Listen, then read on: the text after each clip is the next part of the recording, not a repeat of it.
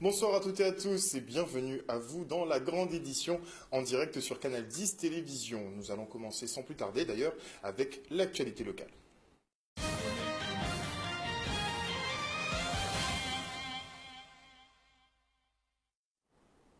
Nous sommes le vendredi 16 février 2017 et voici les titres de ce journal.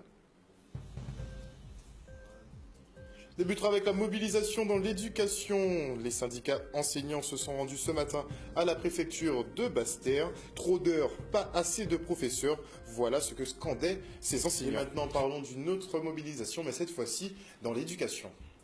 En effet, les syndicats enseignants se sont rendus ce matin à la préfecture de Basse-Terre. Trop d'heures, pas assez de professeurs, voilà ce que l'on pouvait entendre. Cette mobilisation intervient après l'annonce d'une suppression de postes. Un reportage signé Charlie Dagonia.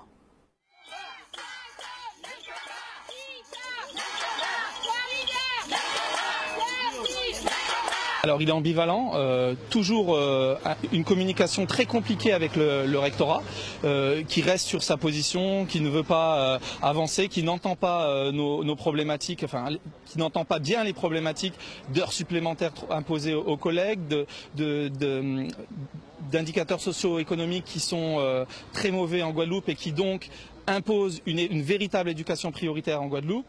Et en même temps, une directrice de cabinet du préfet qui, elle, n'est absolument pas opposée à revoir franchement la carte de l'éducation prioritaire et demander, même en dehors des calendriers pluriannuels de révision de cette éducation prioritaire, comme l'a fait la Guadeloupe il y a quelque temps, demander à ce que le cas de la Guadeloupe soit revu rapidement pour obtenir des moyens supplémentaires en Guadeloupe et classer, alors en tous les cas en grande partie, et nous on l'espère totalement, la Guadeloupe en REP+, en éducation prioritaire. Ils sont contents de ce qu'ils viennent d'entendre, qu'enfin il y a un représentant de l'État qui puisse entendre leurs revendications, mais en même temps inquiets parce qu'on se dit que le rectorat ne veut toujours pas admettre que notre position pour les élèves de l'académie est celui vers lequel il faut aller. Il faut plus de moyens dans l'académie et qu'on ne peut pas gérer la pénurie qu'on nous impose à l'heure actuelle. Si le rectorat souhaite nous rencontrer, là il y avait une représentante du recteur qui était là aussi ce matin, mais